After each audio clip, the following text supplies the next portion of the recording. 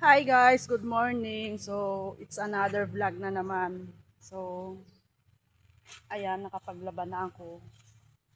Actually, patuyo na siya. So, update lang guys. Wala pa rin kuryente dito sa amin. So, masisira na yung switch ng ilaw namin. Kakapatay sindi ko to check kung may ilaw na ba. So, today is Wednesday, November 19. So, wala pa rin kuryente dito sa amin sa barangay. So, at mahina pa rin ang signal ng globe. So, globe, baka naman.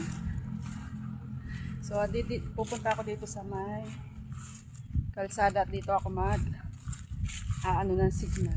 Kasi dito meron yung bahay.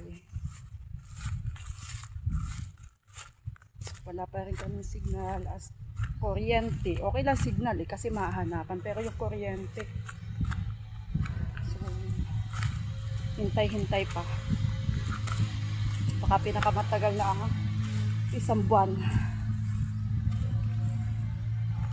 So, ayan, dito lang ako nagtatambal. Dito lang ako nagsisignal dun sa may duya na yun.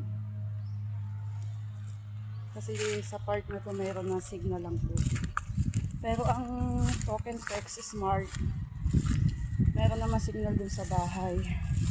Kaya lang ang gamit ko kasi iGlobe. Tapos yung smart SIM card ko, binigay ko dun sa tatay ko. Siya kung inilagay dun sa cellphone niya. So, ayan. So, ito. Yung bahay na yan. Lagi dyan walang tao kaya nakakatambay ako dito. So, mga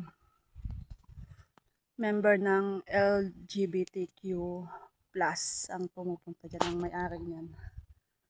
So, mababait naman sila. Kaya nakakatambay ako dito. So, ayan yung kalsada. It's my red horse. So,